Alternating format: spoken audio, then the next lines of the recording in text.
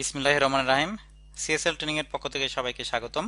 আজকে যে টপিকসটা নিয়ে আমরা ডিসকাস করব সেটা হলো আমাদের লিনাক্স অ্যাডভান্স ডিএইচসিপি সার্ভার এডিশনের ইন্ট্রোডাকশন মডিউল সম্পর্কে। তো আমি এই কোর্সের ইনস্ট্রাক্টর হিসেবে থাকবো আমি এজাজ ইকবাল। তো আপনাদের যদি পার্সোনাল কোনো মতামত বা কোনো কোশ্চিন বা কোনো কোয়ারি থাকে তাহলে আপনারা আমার ফেসবুক প্রোফাইলে ভিজিট করে আমাকে ব্যক্তিগতভাবে বিভিন্ন কোশ্চিন বা কোয়ারি করতে পারেন আর কি। তো আজকে আমরা প্রথমে দেখে নিই যে আজকে আমরা আমাদের এই ইন্ট্রোডাকশন মডিউলে কি কি জানবো বা আমাদের এই অ্যাডভান্স ডিসিপি সার্ভার এডিশনের আমাদের কি কি মডিউল থাকছে আর কি। তো প্রথমে আমরা জেনে নিই যে আসলে আমরা কেন আমরা ডিএসসিপি সার্ভার ব্যবহার করব আর কি। তো এখানে দেখতে পাচ্ছেন যে একটা কম্পিউটার নেটওয়ার্কে আমরা যদি একটা ডিভাইস থেকে অর্থাৎ একটা অ্যাক্টিভ থেকে আর একটা অ্যাক্টিভ হোস্ট বা ডিভাইসে যদি আমরা কমিউনিকেট করতে যাই তাহলে কিন্তু আমাদের মেন যে দুটো ইনফরমেশন লাগবে সেটা হচ্ছে আইপি অ্যাড্রেস লাগে, সাথে আমার কি সাবনেট মাস্ক লাগবে। আর যদি আমরা একটা নেটওয়ার্ক থেকে আরেকটা নেটওয়ার্কে যেতে চাই তাহলে আমাদের সেক্ষেত্রে লাগে হচ্ছে আমাদের কি ডিফল্ট গেটওয়ে। আর আমাদের নেম বেস সার্ভিস যেমন কোনো ওয়েবসাইট ভিজিট বা কোনো মেল সেন্ডিং বা আমাদের নেম রেজুলেশনের জন্য দরকার আমাদের প্রাইমারি ডিএনএস। আর যদি কোনো সময় প্রাইমারি ডিএনএস আমাদের ফেল করে আমরা ব্যাকআপ ডিএনএস বা সেকেন্ডারি ডিএনএস আমরা ব্যবহার করে থাকি। তাহলে আমরা দেখলাম যে একটা proper internet base network configure করতে গেলে আসলে আমাদের এই ইনফরমেশনগুলো আসলে আমাদের দরকার আর কি। তো এই ইনফরমেশনগুলো আমরা একটা সিঙ্গেল হোস্ট বা আমাদের একটা লোকাল ল্যানে আমরা ইজিলি কনফিগার করতে পারি আর কি। কিন্তু যখন আমাদের কোনো বড় ধরনের নেটওয়ার্ক হবে আর কি, সাপোজ লাইক এ ধরনের একটা আমাদের আইএসপি নেটওয়ার্ক বা কর্পোরেট নেটওয়ার্ক থাকবে যেখানে আপনার অসংখ্য হোস্ট মানে যেখানে 50 100 বা আপনার 200 হোস্ট থাকবে বা ক্লায়েন্ট থাকবে, তো আমরা এত বড় নেটওয়ার্কে আমরা কিভাবে আসলে ম্যানেজ করতে পারি আর কি। কারণ আমাদের প্রত্যেকটা মেশিনে আমাদের কি এরকম 5টা ইনফরমেশন কিন্তু আসলে আমাদের দিতে হবে আর কি, যদি আমরা ওই মেশিনগুলোতে আমরা ইন্টারনেট বা ইন্টারনেট রিলেটেড আমরা সার্ভিস আমরা ইউজ করতে চাই আর কি। তো আমাদের এক্ষেত্রে ডিএইচসিপি কি অর্থাৎ ডিএইচসিপির ফুল মিনিং হলো হচ্ছে ডাইনামিক হোস্ট কনফিগারেশন প্রোটোকল। অর্থাৎ এখানে দেখতে পাচ্ছেন যে ডাইনামিক হোস্ট কনফিগারেশন প্রোটোকল। তো আমরা যদি এটাকে এখানে আমরা লিখি আর কি, তাহলে ডাইনামিক ডিতে হচ্ছে dynamic dynamic host configuration protocol.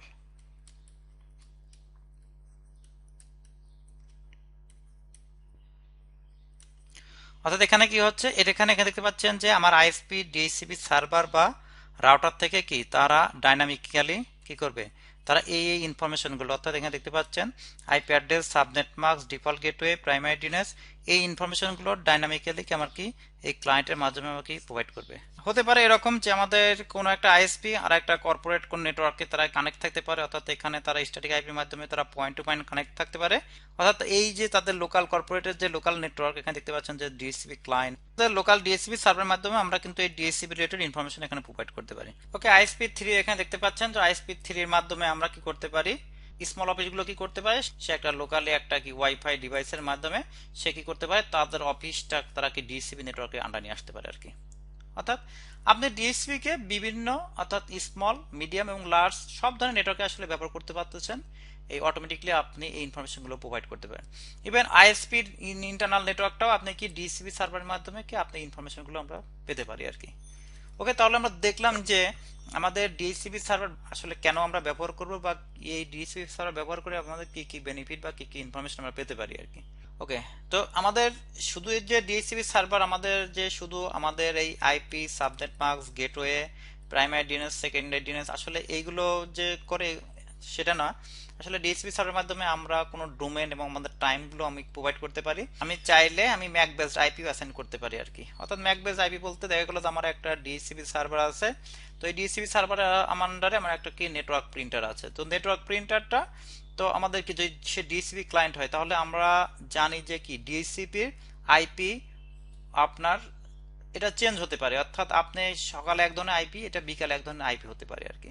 তো যদি আমার নেটওয়ার্ক প্রিন্টারে যদি কোনো কারণে আমার আইপি চেঞ্জ হয় তাহলে কিন্তু আমাদের প্রিন্টারটা সবাই সবসময় পাবে না আর কি, কারণ আমার এখানে একটা আইপি ফিক্সড করা ছিল আর কি। যখন আইপিটা চেঞ্জ হয়ে গেছে আমার কিন্তু এই ক্লায়েন্ট থেকেও কিন্তু সেই আইপিটার দিয়ে আমাদের এই কিন্তু এই নেটওয়ার্ক প্রিন্টারটাকে পাবে না। তো সেক্ষেত্রে আমরা কি করতে পারি, আমরা বিভিন্ন ম্যাক অ্যাড্রেসের এগেনস্টে আমরা কি করতে পারি ফিক্স করে দিতে পারি, যেটাকে বলা হয় বাইন্ড অ্যাড্রেস বা ম্যাক বেসড আইপি অ্যাড্রেস। তো আমরা চাইলে ডিএইচসিপির মাধ্যমে এটা আমরা করতে পারি আর কি। ওকে, তো তাহলে আমরা দেখলাম যে আমাদের এই ডিএসসিপি সার্ভারের মাধ্যমে আমরা যে সকল ইনফরমেশনগুলো প্রোভাইড করতে পারি, কিন্তু আসলে এটার বাদেও আরো অনেক অ্যাডভান্স কনফিগারেশন আছে আর কি। তো আমরা আমাদের আজকের এই লিসনে আমরা জানবো যে আসলে আমাদের এই কোর্সটিতে, অর্থাৎ লিনাক্স অ্যাডভান্স ডিএসসিপি সার্ভার কোর্সটিতে আসলে কি কি মডিউল থাকবে বা কি কি বিষয় নিয়ে আমরা আলাপ করবো আর কি। আমরা এখানে দেখতে পাচ্ছেন যে আমাদের কোর্স ইন্ট্রোডাকশনে আজকে আমরা ইন্ট্রোডাকশন মডিউল সম্পর্কে আলাপ করলাম আর কি। আমরা আমাদের মডিউল 1 যেটা দেখবো সেটা হচ্ছে কিভাবে ডিএসসিপি সার্ভার এবং বুটপিস সার্ভার কাজ করে, এবং এটা আমরা এখানে টোটাল ডায়াগ্রাম এবং আমাদের ডিএসসিপি তার মেসেজ কিভাবে এক্সচেঞ্জ করে ক্লায়েন্টের মাধ্যমে, এবং সেটা আমরা অসাধ্য আমরা দেখবো আর কি, যে কিভাবে মেসেজগুলো এক্সচেঞ্জ হয় আর কি ক্লায়েন্ট সার্ভার প্রোটোকলের ভিতরে। ওকে, আমরা মডিউল 2 তে দেখবো যে একটা বেসিক ডিএসসিপি সার্ভার কিভাবে কনফিগার করা হয়, যেহেতু আমরা অপারেটিং সিস্টেম হিসেবে সেন্টোস 7 বা রেড হ্যাট এন্টারপ্রাইজ লিনাক্স 7 ব্যবহার করবো আর কি। তো এখানে সম্পূর্ণ কোর্সটাই হবে হচ্ছে সেন্টোস 7 এর উপরে আর কি। এবং মডিউল 3 তে দেখবো কি আমরা যে উইন্ডোজ এবং লিনাক্স ক্লায়েন্ট কিভাবে কনফিগার করতে হয় আর কি। যদিও আমরা অনেকে উইন্ডোজ ক্লায়েন্ট আমরা কনফিগার করতে পারি, তো এখানে আমরা দুইটা ক্লায়েন্টই দেখবো আবার।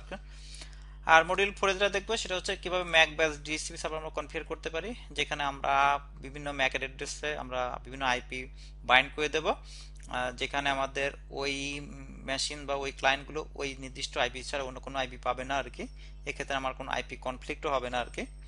ওকে, এরপর দেখবো হচ্ছে সিকিউর ডিএসসিপি সার্ভার, অর্থাৎ আপনি যদি নির্দিষ্ট নেটওয়ার্ক বা নির্দিষ্ট ইন্টারফেস ব্লক করতে চান বা নির্দিষ্ট হোস্ট ব্লক করতে চান, নির্দিষ্ট ম্যাক ব্লক করতে চান, তো সেক্ষেত্রে আমরা এই ডিএসসিপি সার্ভারটা দেখবো আর কি, যে এই ম্যাক থেকে বা এই নেটওয়ার্ক থেকে আমি ডিএসসিপি সার্ভার কোনো রিকোয়েস্ট অ্যাকসেপ্ট করবো না আর কি।